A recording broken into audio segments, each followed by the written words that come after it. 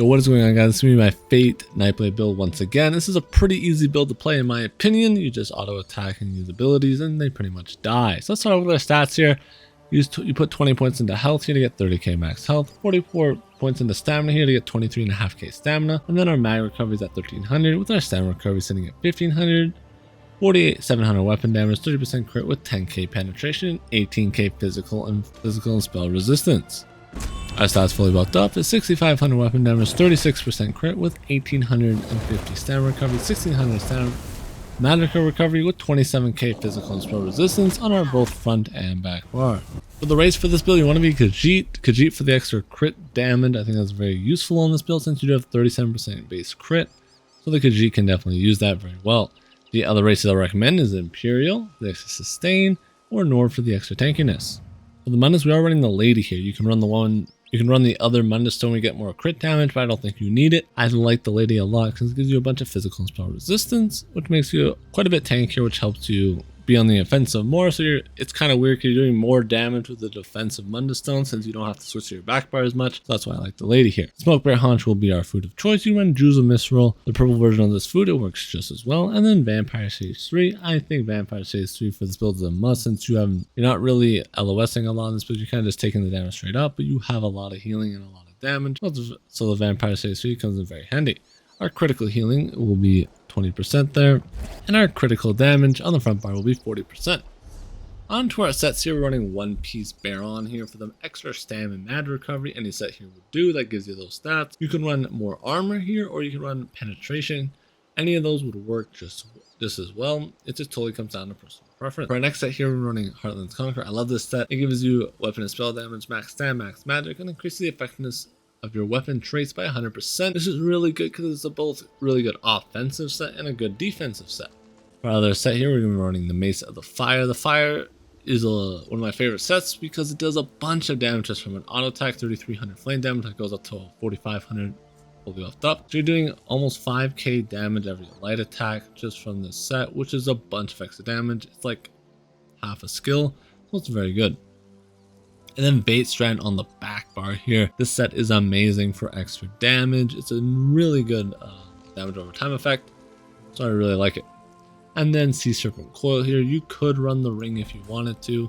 The Markin Ring, you can run a different mythic, but I just love Sea Serpent Coil so much. The extra 10% damage it gives, along with the 430 weapon and spell damage, is just too good to pass off in my opinion. But if you don't like that 40% there, then I definitely recommend running Market Ring. It's a very good substitute. So once again, back to our Heartland Conqueror set here. What it allows us to do is get 18% healing here on our back bar, which is insane for the amount of healing we can pump out. Since this base is only 9, but now it goes up to 18. You could run defending here. Defending is 6500, I believe, with Heartlands on. But I personally don't like defending overpowered, so that just comes down to personal preference. Then here you can see our Nerdhone increases our weapon damage, damage of the weapon by 30%. So it's a bunch of extra damage, plus it's dual so you get even more damage on top of that. And then the other mates here goes sharpened for 3300 instead of the base 1600. That's very nice, once again getting the extra damage. I chose to run poison and disease here because of the skill, because of our skill right here, elemental, where you get burning and chill concussion status effects every 7.5 seconds. So I chose to run disease and poison because of that.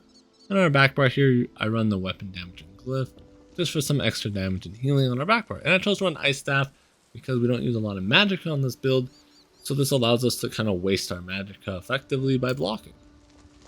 You can also run poisons here. I don't know much about poisons, but I know you can run poisons here as well.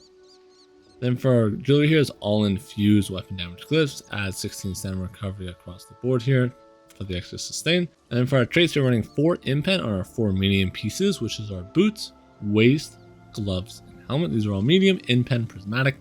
And then we have 3 heavy with our chest, shoulders, and legs all reinforced with prismatic.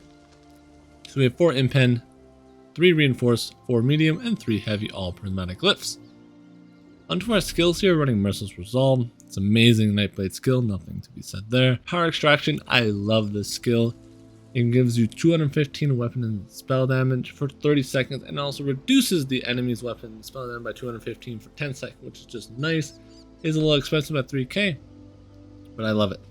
Camouflage Hunter here. I want to run crit pots. I don't want to run crit pots on this build, so I chose to run Camouflage Hunter. And the reason for that is because I have no sets or really anything giving me Magicka, Sustain whatsoever. Like I'm not running Wretched or Engine. So I definitely like Camouflage Hunter here. I also don't have a Resto Staff to get Magicka back. So that's why I chose to run Camouflage Hunter here. So I can get the Tripods and get the extra Magicka Sustain that Tripods do end up giving you. Surprise Attack here is once again bread and butter of a Nightblade. Nothing else to be said here. Leeching Strike, this is your flex spot for this build. You can choose to substitute this out, by the way. If you do that, I recommend coming over to here to your ring and getting a nice reduced cost stamina glyph here by 203, which goes up to 306 or something with the infused up. But if you want to get rid of leeching, that is the way I would do it. I would just put a reduced cost glyph here. The sustain is really nice, even with the reduced cost glyph up. It's totally personal preference. It just frees up a slot. I like leeching vines for the recovery and the extra health you get per auto attack, so it allows you to be a bit more aggressive since you're getting some nice healing back. But the skills you could swap it out for is Refreshing Path. Very good skill in my opinion. Shadow Image, so you get more mobility. Or you could also run Ambush here. You don't need an Execute on this build, so I actually wouldn't recommend running an Execute. I'd recommend either running Ambush or Shadow Image. In cap, I would also change this out, by the way, if I was running open world PvP. If I was in like Battlegrounds or dueling, I like leeching. This is my personal preference. If I was open world, I'd be switching it out for Shadow Image. For in cap here, once again, I love it, bread and butter of a Nightblade. Healthy Offering, you can go with the other morph. I just prefer the Minor Mending, and it pairs well with the power that we do get from the Vate Strand since it kind of multiplies off itself. Elemental here, it gives us our Major Breach, reducing the physical and spell resistance by 6k, and then gets the Burning Shield and Concussive status effect.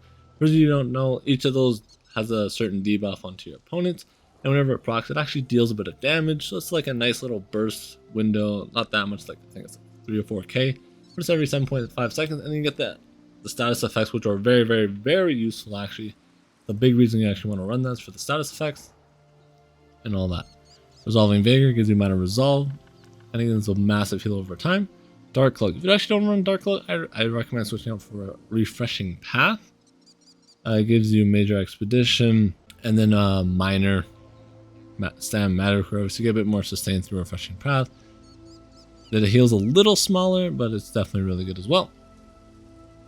But you may lose it on the minor protection, but you could switch that out for the Sigil Order Temporal Guard here for the minor protection there instead of my ult here. And then Race Against Time for the Major Expedition, the increased critical damage and removal of all snares. And then Soul Siphon. I like Soul Siphon a lot because it's a massive heal, so sacrifice your soul to all nearby allies within the rune, healing for 13,000 health immediately, and then an additional 35k over 4 seconds. You and your allies gain major vitality, increase your healing received by 16% for 4 seconds. So it's just like an I'm taking a lot of damage into ult. I like that's why I run this. The big heal in a very short window, so gives you a bunch of extra ability. Onto our CP, I chose to run Ironclad. Reduces all your damage taken by direct damage by 6%. All the damage in the game is virtually direct damage, so that's 6% down the drain. Increases your damage done by direct damage. All our damage is direct damage. Increases your damage with single target ability. All our damage is single target ability, except the Vate Strand Staff. That's it. And then Exploiter increases your damage done to off-balance enemies by 10%. We get that procced off our surprise attack here. If you are wondering, whenever you're on the flank, you set them off balance. Even flank is like to their side or behind them, so it's very easy to do that. You just walk around them, surprise attack, and they'll be off balance, and they'll take 10% more damage from you. Or Retchy here, Relentless. I love this passive since whenever you get break or whenever you get feared or stunned, you get major protection for 3 seconds that reduces your damage by 10%. This is where you're mainly going to be taking a lot of damage and burst damage since you can't block in this window. So this is super, super nice to have. And it also helps your sustain since you're not forced to heal as much and roll as much after you've been hit by a big burst combo. So this is a very important CP passive. But if you want some more overall armor throughout the fight, then Fortify is a great option as well. Survival Instinct, this is a must-have CP. It reduces your core combat skills by 25%. There's a side effect on you. We don't have any way to cleanse dots on this build, so this will always be up pretty much. Pain Refuge, once again, no way to cleanse dots. We get 2%. We reduce our damage taken by 2% for every 2 negative effects on us, up to a maximum of 20%. So this is very strong once again. And Sustained by Suffering, we get an extra 150 mag, health, and stamina recovery just riding a negative effect on us. And then lastly, our green sheet here, I recommend War Mount. Gifted Rider, Liquid Efficiency, Rationer, and Breakfall. Alright, another way you want to play the build, I like to start by proccing a Vigor into a Race Against Time to get the Minor Force up, into the Elemental here to start the dot up. So we do this quick, it'd be look like something like this. And that's the way I would rotate the build. So we start off by going Vigor, Race Against Time, into Elemental, into Dark Cloak, into Leeching, into Power Extraction, into Merciless, and then you would just auto attack with Surprise Attack, get them burst down. Once you have a nice window, you go into the Incap, Merciless there for the finishing combo. So the main way you want to use Incap is generally to stun, so you want 120 or more, but you can also use a medium weave with Surprise Attack up since it sets them off balance as a way to stun them into a Merciless if you don't have Incap up. Yeah, and you see them like, let's say they're relatively low, you hit them with the Surprise Attack to set them off balance, you hit them with the medium wave Merciless there to get a bit about a burst combo, good amount of burst combo, and then we'll evaporate. Your healing is really strong on this build, since we do have 18% empowered and minor mending here. Okay, so here you have 18k from health, the 27k from vigor, and our Dark Cloak's 2200 health every second. If you stand still, that goes up to over 5500. This one's standing still like this.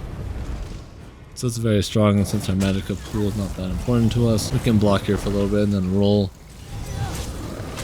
and continue the auto attack, surprise attack spam. Another good way to use the Ice Staff, by the way, is since our stamina on this build is more important, you can actually trade your magic out for stam, since we actually do get our stam back while blocking. So if we roll here a lot and I start blocking here, you see our stam goes up and we're just trading our magic up for our stam. Yeah, our magic goes down, but our stam goes up. So that's another way you can use the Ice Staff as well. If you're low on stam, you can block with the Ice Staff and your stamina pool will go up. If you guys have any questions regarding the build, I'll be happy to answer anything down in the comments below. And with that, I hope you guys did enjoy the video.